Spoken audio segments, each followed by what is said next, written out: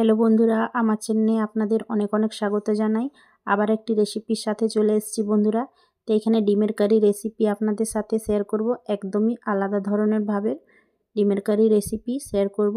এটা আপনাদেরকে অনেকটাই ভালো লাগবে। তো বন্ধুরা, ভিডিওটি স্কিপ না করে নিয়ে পুরো ভিডিওটি দেখবেন। অবশ্যই আপনাদেরকে আজকে ডিমের কারি রেসিপি অনেকটাই ভালো লাগবে। তো এখানে মিডিয়াম সাইজের 3টে পেঁয়াজ নিয়েছি। তো পেঁয়াজটাকে প্রথমে আমি কুচি করে কেটে নিচ্ছি। তো এখানে পেঁয়াজটাকে আমি কুচি করে কেটে নিয়েছি। তো একটা জায়গার মধ্যে এখন তুলে নিচ্ছি।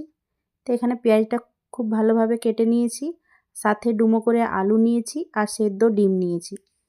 তো এটা এখন আমি সাইডে রেখে নিচ্ছি আর এখন মশলাটা তৈরি করে নিচ্ছি। তো এখানে একটা মিক্সির জার নিয়ে নিয়েছি। তো এখানে নিচ্ছি টক দই। তো বন্ধুরা, আগে মশলাটা তৈরি করে নিচ্ছি। তার জন্য আমি নিচ্ছি এখানে টক দই 2 থেকে 3 চামচের মতো এখানে টক দই নিয়েছি। ফ্রেশ দইটা নিয়েছি।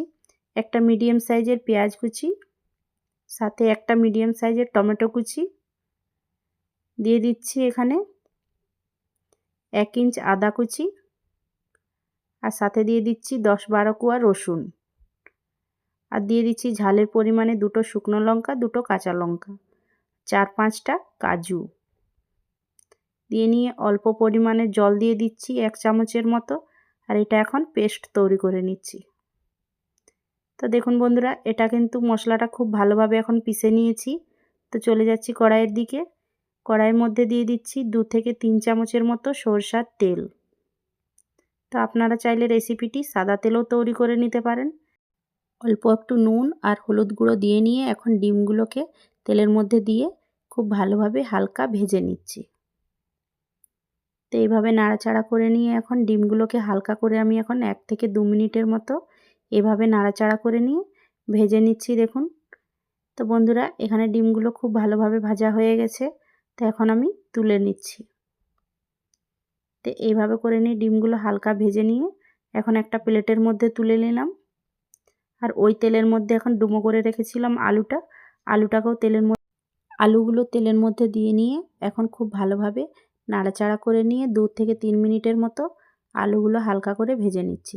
দিয়ে দিচ্ছি স্বাদ মতো নুন, দিয়ে নিয়ে আবারও নাড়াচাড়া করে লালচে কালারের করে আলুটাকে আমি এখন দেখুন ভেজে নিয়েছি। এই রকমভাবে করে নিয়ে আলুটাকে ভেজে নিতে হবে। তো এখন আলুটা আমার ভাজা হয়ে গেছে, একটা প্লেটের মধ্যে তুলে নিচ্ছি। আর বন্ধুরা, আলু আর ডিম খুব ভালোভাবে লালচে কালারের করে নিয়ে এখন ভেজে নিয়েছি। আর অনেকটা পরিমাণ দেখুন তেল বেঁচে গেছে। ওই তেলের মধ্যে রেসিপিটি তৈরি করে নিচ্ছি। 1 চামচের মতো দিয়ে দিচ্ছি ফোড়নে জিরে, একটা শুকনো লঙ্কা, সাথে দিয়ে দিচ্ছি একটা তেজপাতা ছিঁড়ে নিয়ে, সাথে কিছুটা খাড়া মশলা দিচ্ছি, দারচিনি, ছোটো এলাচ, লবঙ্গ, গোলমরিচ দিয়ে নিয়ে এখন মিডিয়াম সাইজের পেঁয়াজ কেটে রেখেছিলাম যেগুলো, সেগুলো তেলের মধ্যে দিয়ে নিয়ে এখন খুব নাড়াচাড়া করে নিয়ে ভেজে নিচ্ছি। তো দেখুন হালকা করে খুব ভালোভাবে ভেজে নিয়েছি 1 থেকে 2 মিনিটের মতো। এইখানে যে পিষে রেখেছিলাম মশলাটা এখন তেলের মধ্যে দিয়ে দিচ্ছি, সাথে অল্প পরিমাণ দিয়ে দেবো জল। দিয়ে নিয়ে মশলাটাকে এখন 5 মিনিটের মতো নাড়াচাড়া করে ভেজে নিচ্ছি। তো এইভাবে করে নিয়ে মশলাটাকে খুব ভালোভাবে কষিয়ে নিচ্ছি। তো 5 মিনিট খুব ভালোভাবে মশলাটা এখন ভাজা হয়ে গেছে। স্বাদ মতো নুন, 1 চামচের মতো জিরে গুঁড়ো, 1 চামচের মতো ধনে গুঁড়ো, 1 চামচ কাশ্মীরি লাল লঙ্কার গুঁড়ো, হাফ চামচের হলুদ গুঁড়ো, অল্প পরিমাণ জল দিয়ে নিয়ে মশলাটাকে খুব ভালোভাবে আবারও 2 থেকে 3 মিনিট ভালোভাবে ভেজে নিচ্ছি। তো দেখুন বন্ধুরা, 2 থেকে 3 মিনিট খুব ভালোভাবে মশলাটা ভাজা হয়ে গেছে আর তেলের মধ্যে থেকে মশলাটা খুব ভালোভাবে ছেড়ে যাচ্ছে। এখন ভেজে রাখা আলু দিয়ে দিচ্ছি মশলার মধ্যে, দিয়ে নিয়ে সাথে দিয়ে দিচ্ছি 1 চামচের মতো চিনি। তো এখানে চিনিটা দিয়েছি ফ্লেভারটা ভালো হবে তার জন্য। আপনারা যদি পছন্দ না করেন এটা স্কিপ করে দিতে পারেন।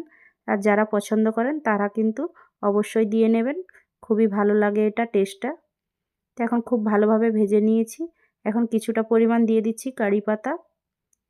তো মশলার মধ্যে কারি পাতাটা দিয়ে নিয়ে এখন খুব ভালোভাবে নাড়াচাড়া করে নিচ্ছি। এখন 2 থেকে 3 মিনিটের মতো খুব ভালোভাবে এখন নাড়াচাড়া করে এখন মশলাটাকে ভাজা হয়ে গেছে আমার। এখানে পরিমাণ মতো দিয়ে দিচ্ছি জল।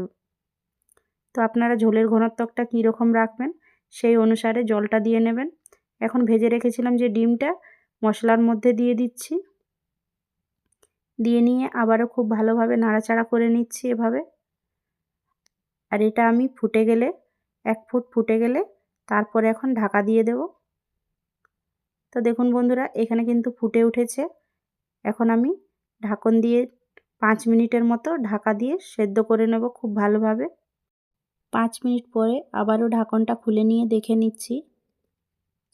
তো দেখুন বন্ধুরা খুব সুন্দরভাবে কিন্তু ঝোলের ঘনত্বটা কম হয়ে গেছে। আর এখানে আলু ডিম খুব ভালোভাবে সেদ্ধ হয়ে গেছে। উপর থেকে দিয়ে দিচ্ছি 2-4টা কাঁচা লঙ্কা চিরা। দিয়ে নিয়ে আবারও খুব ভালোভাবে নাড়াচাড়া করে নিচ্ছি এভাবে। তো এখানে কিন্তু রেসিপি খুব সুন্দরভাবে তৈরি হয়ে গেছে আর আলুগুলো খুব ভালোভাবে সেদ্ধ হয়ে গেছে। তো এখানে রেসিপি আমার তৈরি হয়ে গেছে। তো এখন উপর থেকে 1 চামচের মতো দিয়ে দিচ্ছি গরম মশলা পাউডার। দিয়ে নিয়ে আবারও খুব ভালোভাবে নাড়াচাড়া করে নিচ্ছি এভাবে। আর গ্যাসের ফ্লেমটা বন্ধ করে নিয়ে বন্ধুরা তো দেখুন এখন আপনাদেরকে দেখাচ্ছি কতটা সুন্দর হয়েছে আজকে ডিমের কারি রেসিপি। তো আপনাদেরকে কেমন লেগেছে অবশ্যই কমেন্ট করে জানাতে ভুলবেন না। তো চলুন তাহলে একটা বলের মধ্যে সার্ভ করে নিচ্ছি। তো এখানে আমি একটা বলের মধ্যে সার্ভ করে নিয়েছি দেখুন বন্ধুরা। তো আজকের রেসিপিটি আপনাদের কাছে কেমন লেগেছে নতুন ধরনের ডিমের কারি রেসিপি। তো অবশ্যই যদি ভালো লেগে থাকে লাইক শেয়ার কমেন্ট করে জানাতে ভুলবেন না। আর এই রকমভাবে ডিমের কারি রেসিপি একবার বাড়িতে তৈরি করে নিয়ে দেখুন। গরম গরম ভাতের সাথে লুচি পরোটা সব কিছুর সাথে এটা অসাধারণ লাগে। তো ভালো লাগলে অবশ্যই লাইক করে নিয়ে জানাবেন, কমেন্ট করতে ভুলবেন না। আবার একটি রেসিপির সাথে চলে আসবো। টাটা।